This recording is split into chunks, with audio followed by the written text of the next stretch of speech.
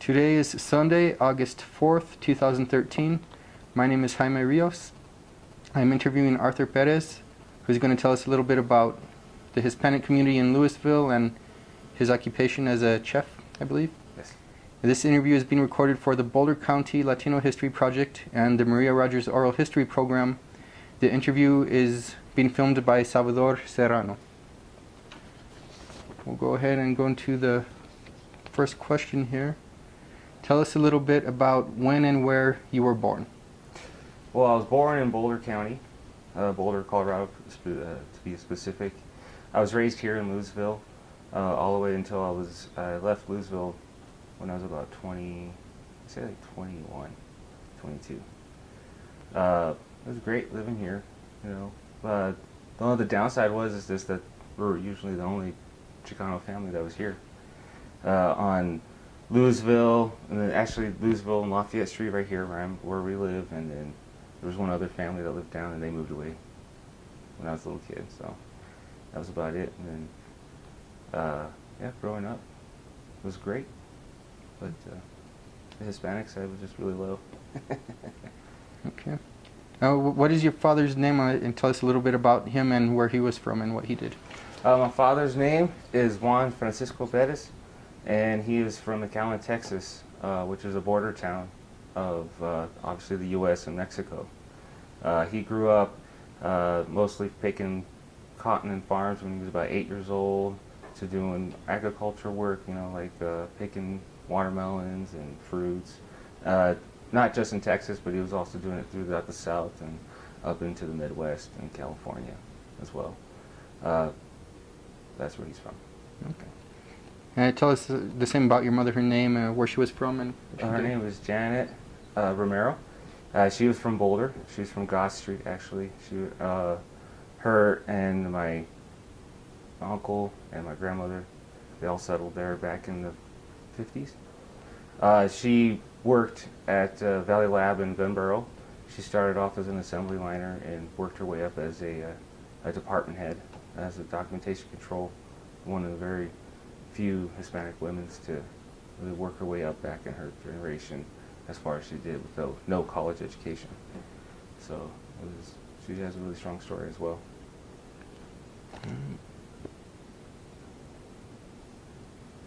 When and where did your parents meet and marry?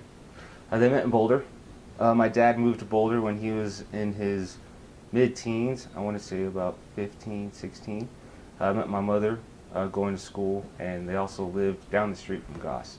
So the Latino community in Boulder was really tight, so they got to know each other. They got married in, I want to say 67. They were about 18 years old when they got married, so in Boulder, in Venture Park. Did you interact much with your grandparents? If so, what type of things would you do with them, and what were they like? I didn't get to meet my grandfather. He unfortunately passed away before I was born, but he was a chef. And my grandmother on my mother's side, this is both my mother's side, she was also a chef. She knew my grandfather back in Erie, that's where they met. But yeah, they used to work in hotels together, Brown Palace and the Cosmopolitan, that was in Boulder, up and back in the day. But our connection was cooking. I always cooked with my grandmother, tried to understand it, and eventually continued on to be a chef. So just like her. Do you have any siblings? I do have one older brother. Yeah. Yeah, and he's quite older than I am. He's 11 years older, so he's always been a big influence in my life. Does he live in the area, and what's he do? Yeah, he lives in Erie, and he's an electrician for CU. So, which is a really nice job, right? Do you know of any earlier relatives that weren't of Hispanic descent, maybe American Indians or English-speaking Anglos? My great-grandmother, actually, on my mother's side, is German and Dutch. She was adopted by a Mexican family. She was born in Walsenburg and given to one of their, her parents is pretty much their caretakers of the house and everything since the baby was born out of wedlock. So she was adopted by a Mexican family, raised as her own, looked white, English was her second language. She was very independent, and she lived in Erie and was actually very well known because she was one of the very few people that knew how to read and write. So everybody used to gravitate her, and she'd be able to read and write for them letters and translate whatever they needed to be translated to. Sounds like your family probably has been here quite a few generations. Do you know of any that immigrated from Mexico or anywhere else? You know, as far as I know, we are so many generations here in America that we really don't know exactly where in Mexico where we come from. As far as we know, it's Mexico and a little bit of Spain and or Spanish descent too. So we're still looking, still searching. So.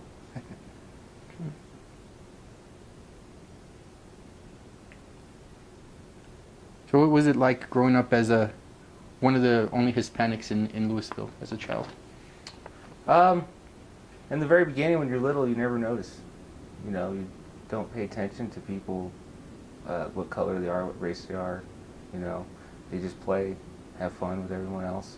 I'd have to say I didn't realize who I was until I got into school. And then I realized that, well, we're not being segregated, but we're being taught what the difference between everybody was.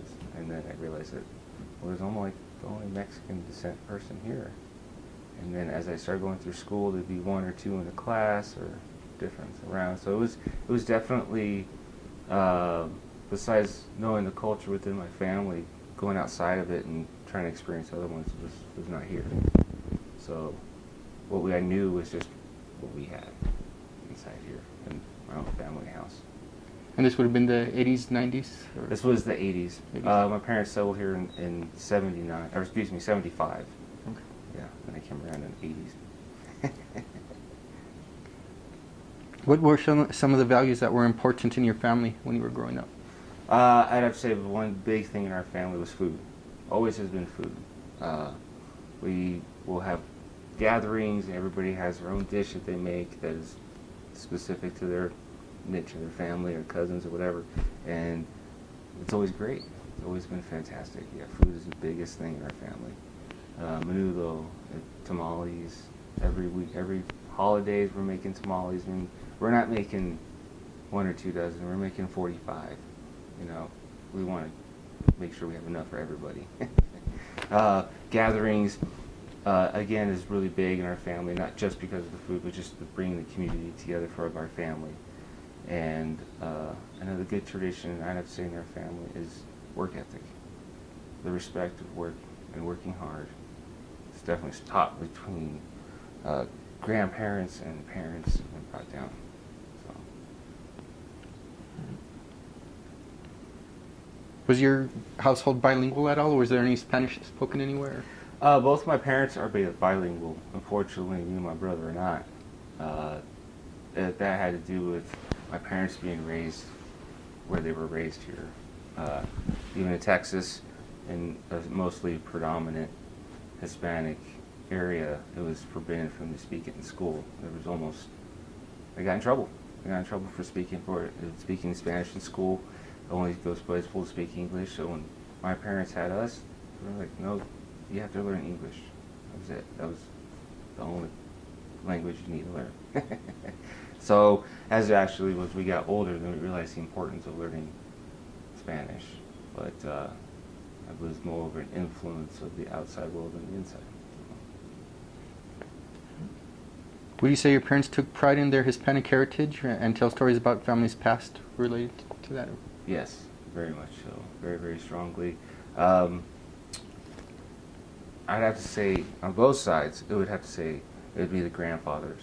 And then the grandmothers have their own separate sides. Like, Hispanic women in our family are very, very strong, very independent, and make it very well known. And the men and the women, they come together and they work together. But the men have obviously their separate ways of being independent and strong. But the stories are always based off of your grandfather or your mother or your back in the day, you know, we did all this good stuff, and then we did this, we did that, and then you can't do that stuff today, but this is where you come from. So it was a lot of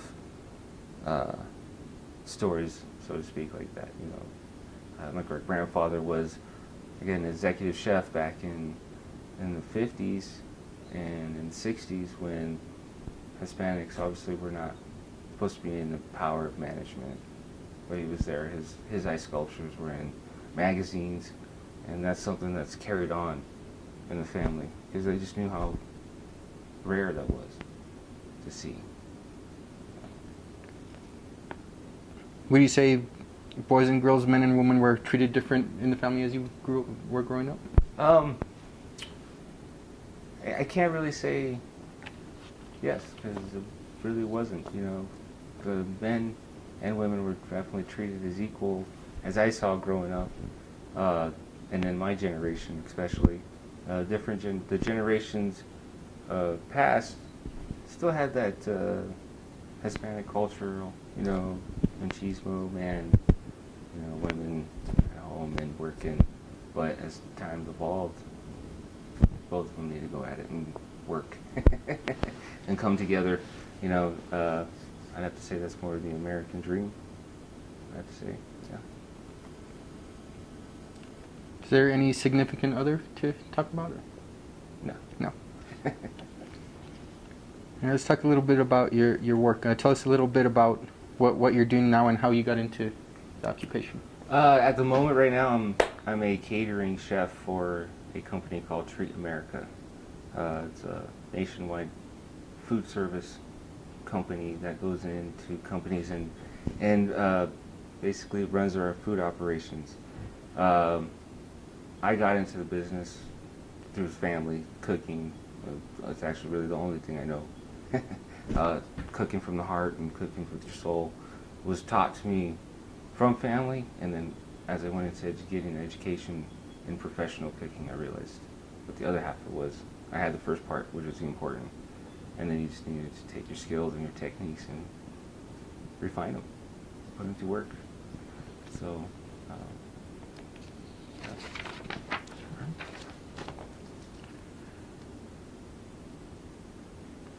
Have you or anyone in your family ever served in the military? If so, when and where? My grandfather on my mother's side, my grandfather on my dad's side were both in World War II. Grandfather on my mother's side was in the Navy and was actually a cook for the Navy on the ships in the Pacific, dealing mostly with the Japanese side of the war. And then my grandfather on my dad's side was an Army. I wasn't a Ranger. He was in the Army. He was down on the ground. He was actually in like France and all that kind of stuff down there. Very strong things to say about World War II. You know, things obviously most of our generations have never experienced and maybe not hear too much about because of the age and generation gap between that. But my uncle was also in the Vietnam War.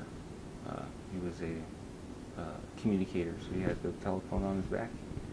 So he was down there in the front lines most of the time, running around in the trenches. And, his stories are really, really strong. Did any of them ever talk about, or did you ever hear stories about how they were treated after they got back from the war or after they got out of the military? My grandfathers had issues with coming back from the war wearing the uniform. People of obviously the white descent did not want to see them wearing a military uniform, but the respect that they gained having that uniform on and going to go fight for our country gave them a lot of more leeway when they wore it. But they still had to deal with issues going to the bars, going into restaurants, going around the community in general, and people not disliking them or saying comments to them. It was a common thing. My uncle, when he came back from the war, it was still the Vietnam. No one believed in Vietnam War. So instead of a racial side of it, it was more of a, why did you go? Why did you do this? You know, the country itself decided that the war wasn't worth it. So he had he had, what's the word I want to say? The problems coming from that side wasn't racial, so to speak.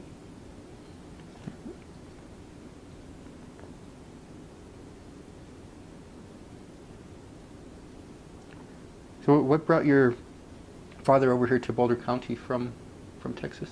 My grandmother moved here, and my grandfather was out working, so she decided to move from Texas to here, because she had family that settled in Boulder first. And that's the reason why my father came, was to make sure his mother was okay.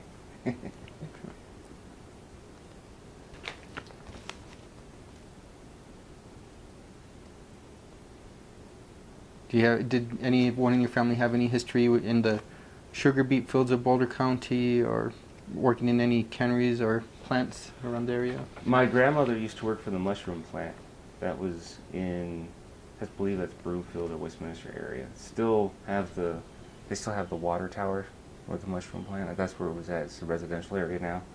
And she definitely has some really good stories talking about working inside of the mushroom pit, and you know, she'll tell you exactly how to make them. And how it was all, the war was just beginning and going on when it happened, so it was only women that were working in the mushroom plant, and there was a few men, older gentlemen, that were not in the war, but they were the managers. So that's it's a really interesting stories to hear from her, just working. And you know, she talks about one time she decided, her and her friend, we're gonna quit. Like, okay. So she goes, we got back out to the road, hitchhiked down to Erie, walked in, and my mother said, what are you doing here? She goes, oh, I quit my job. She goes, oh, no. You go back to work. Because we have your mother, me, and your father are not working. You need to help us out. And my grandmother was maybe 13 years old. She goes, okay. You know, she said, don't argue with my mother. So she got back on. She called her manager and said, I'm so sorry. Will you bring us back? He goes, let me tell you something. You girls do that again, gone. Okay, so she tells me that was how she learned the importance of work and why you needed to work. It wasn't just for yourself, but it's also for your family. It's a powerful story.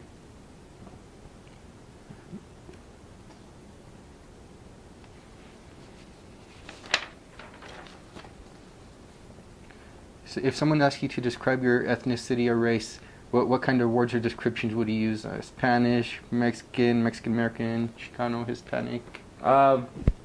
We use the word Chicano a lot in our family. What we tell people is we're American.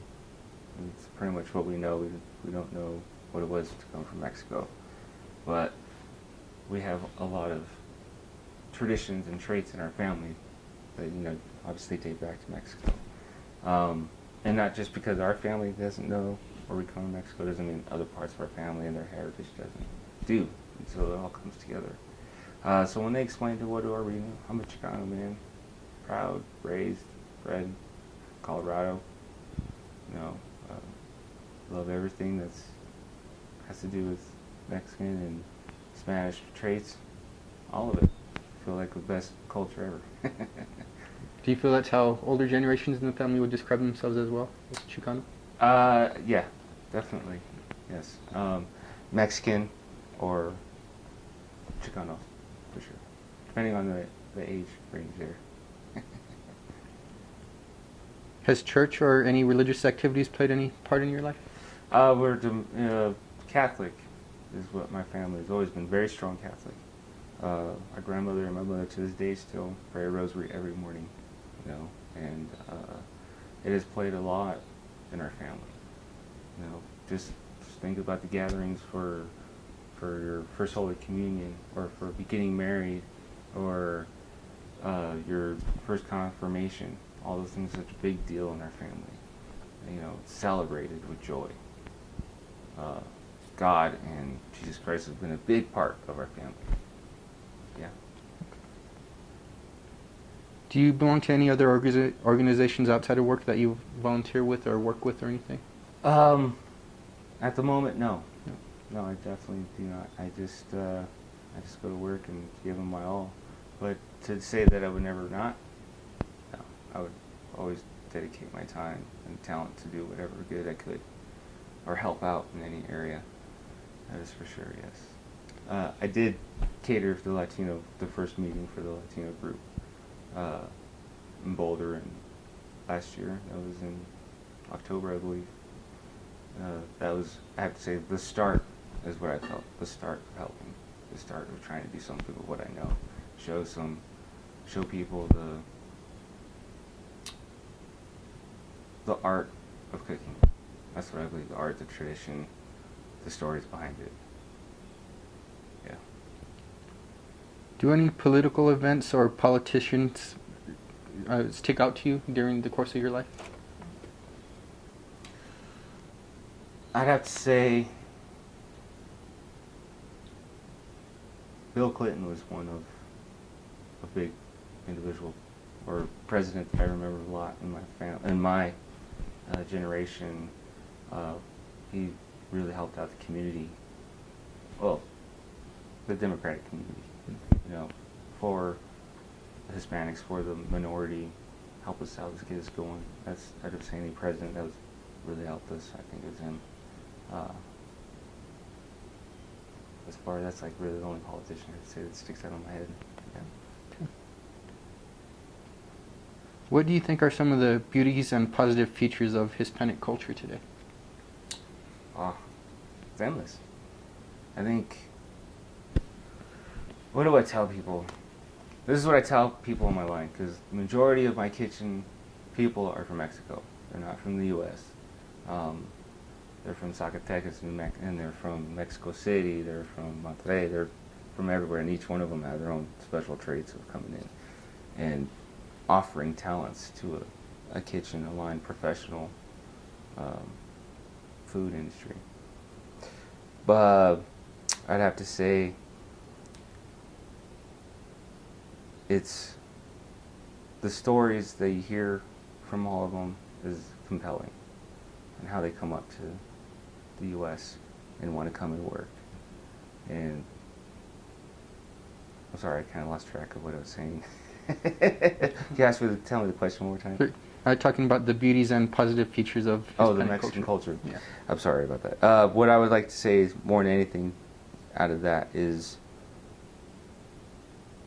and I don't mean this in any derogatory terms or whatever, but I'm a straightforward player, and this is how I look at it. Mexicans can do anything. We could do anything you want us to do with the amount of attention, detail, and dedication that you want us to do it. Now, if you just told us, just take care of it, it'll be the best thing they've ever seen. Always. Repeated over and over and over again. And it's not hard. It's just natural. You go in there, the best artwork I've ever seen comes from Mexicans that have never taken one art class in their life. And it can blow people's minds. It's just natural talent. You can take them into a kitchen and tell them, any of us, I should say, not them, us. This is what I need, this is what I want. Okay, show me once. That's all you need. Put us in a business atmosphere, we'll blow your mind. Do you see any drawbacks or negative features of Hispanic culture today?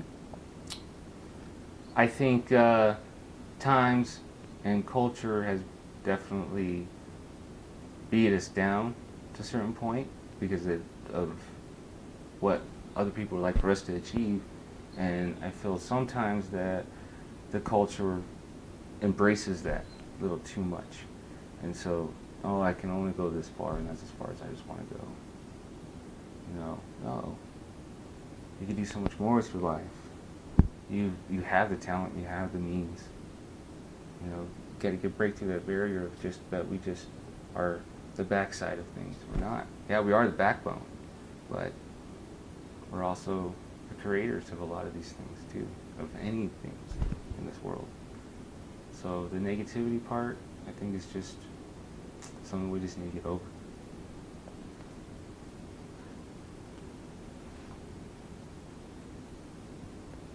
Who would you say is influential in your life right now? My family. Yeah.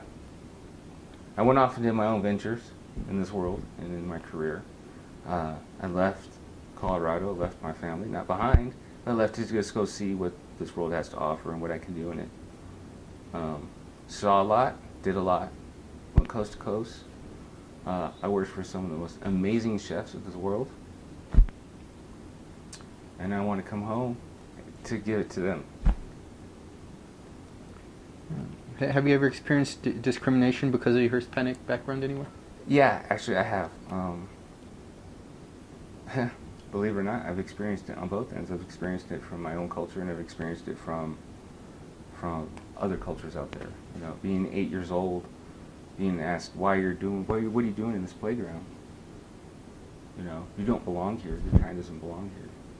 And you're talking Louisville, Colorado, and it was very shocking. Even as an 8-year-old, you just don't even know what to say or do. It's a very uncomfortable feeling to have hatred towards you for no reason. And on the other side, I've experienced it from my own culture because I don't speak Spanish. Or, you know, I don't talk with an accent, a thick accent a lot of times, or with a Chicano twang. That's what I call it, behind it all the time. Yeah, I've definitely been ridiculed for that. So on the other end, you're like, well, all right, well, that's where the differences, I think, lie. Where, you know, I know my family's from America. I'm American. I don't know what to tell you. I'm a Chicano, but I'm American too.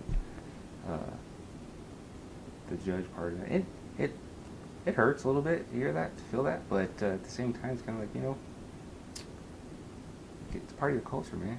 What are you doing?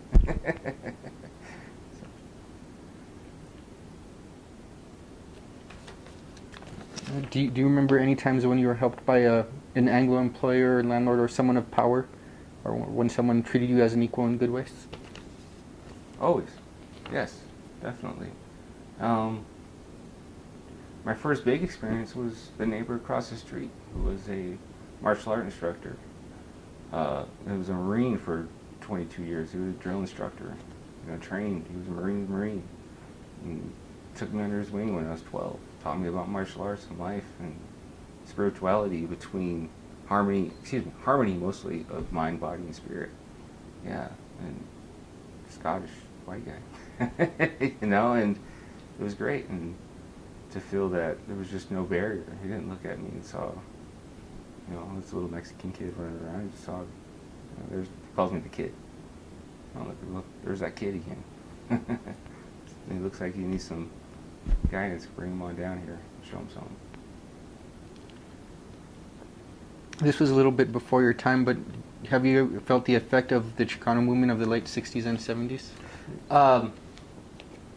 Again, yeah, that was definitely before my generation, but that was actually a part of my parents' generation. So the conversations and hearing some stories about the Brown Berets in Boulder, and that whole movement going into CU, he was very well known in the family.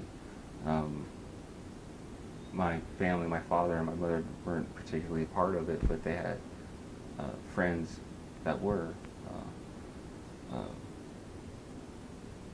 Just hearing about the violence that happened afterwards was, I think, the main thing. My father had to go.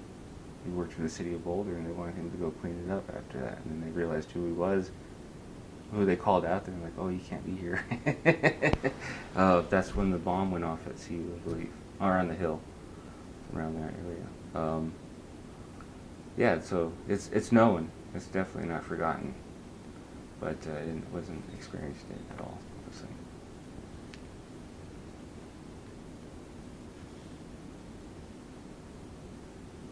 Do you think there's still discrimination in Boulder County today?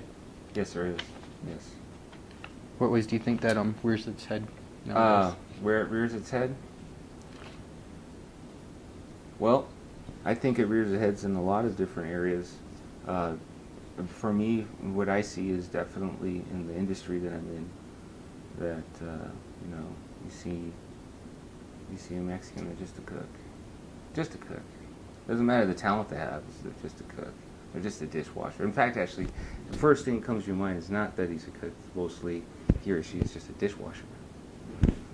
And lo and behold, that five-star restaurant that you just ate at, they cooked your entire meal. Pure talent. Pure education. Yeah.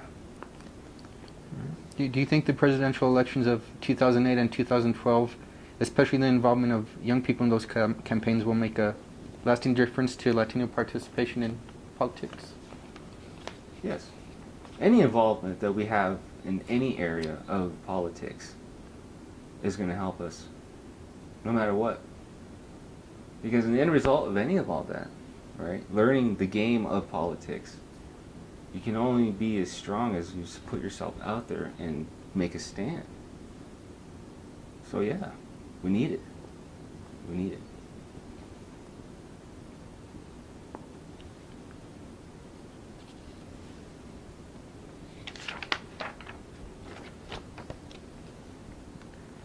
In what ways do you think Hispanics have contributed to the history of Boulder County? The entire city. That's what I think. The upkeep, the people that built that city from the ground up, the actual sweat, blood, and tears, is the Hispanic culture building it for them.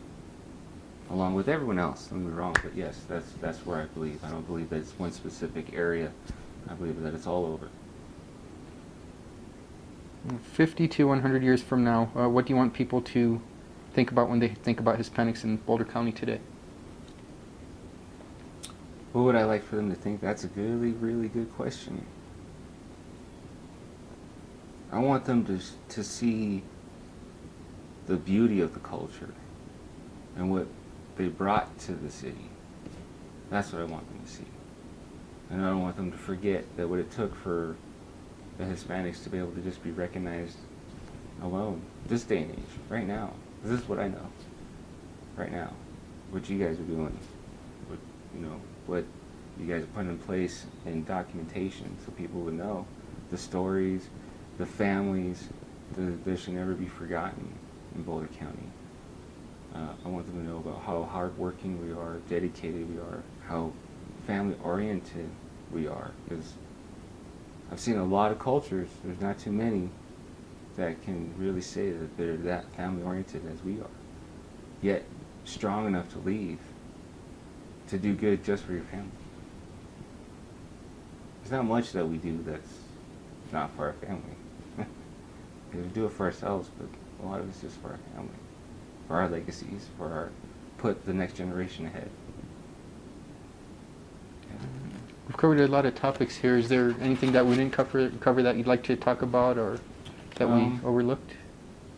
No, I don't think so. I don't think so. As far as I might have maybe later, but right now, no. Salvador, did you have any questions? Yeah, I do. What was your biggest struggle in your past life or present life that you have right now? My biggest struggle growing up was actually getting an education.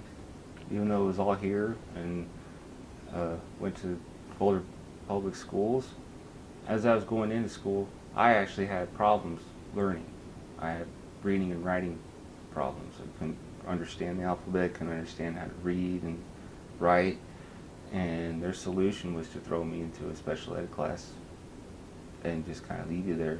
I mean, the teachers would try, but there was just no, well, he just doesn't get it, or we'll just try this new technique that would never work, just learning your basics. So I was pushed through the system. That was the hardest thing, was being just pushed through, not recognized as an individual, but more of a menace. You're a pest, whatever, just throw them in another room away from everybody. That's how it was, and I'll say that to anybody. The school system doesn't work. But I actually took one individual lady to realize what I needed, and I was already in high school. You didn't learn your phonics. Oh, okay. It's kind of easy. That many years of frustration. So that's really what took an individual to find out, to help me from my struggle. That was definitely the biggest struggle in my life. Right now, I'd have to say my struggles come from within at this moment in time. It's whatever I decide that I can go and do and cannot do. Going through life, you learn a lot of things. Going through life, you experience a lot of things. I lived enough life for 2 people at the time I was 21. Angry, mad, a lot of times, you know. School, mostly. We'll go off and do whatever I wanted, and not necessarily, I never really was somebody to get in trouble, but it was not necessarily always the right thing to do, right? But I learned a lot from that. I learned a lot from family coming up, that there is a right and a wrong way in this life, and let me tell you, you know, Hispanics sometimes gravitate towards that. Let's go be part of a gang. That's my generation. Let's go be part of a gang. Norteños, let's go be part of the Latin Kings, whatever. Let's start our own clique. And that was relevant even in Louisville with me. Growing up, I had friends that were still trying to do stuff like that. And that was another struggle. What was the decision? To be independent or to be a follower? I made the decision to be independent. That was a harder struggle too, to go through. And it taught me through the ways of being independent like that and not being a follower. It was a good decision, but it'll always be the harder decision. So as I am an older man now, or getting older I should say, I noticed that those decisions of being independent, what I think is right and what I feel that is going to help my family or the community, are always the tougher struggle ones. But the reward at the very end is just so much better. Education. It's key to everything. You gotta learn through life. And you have nothing if you can't learn from your mistakes. There's nothing. So if you can learn through your mistakes, man, you're doing great. That's a big struggle.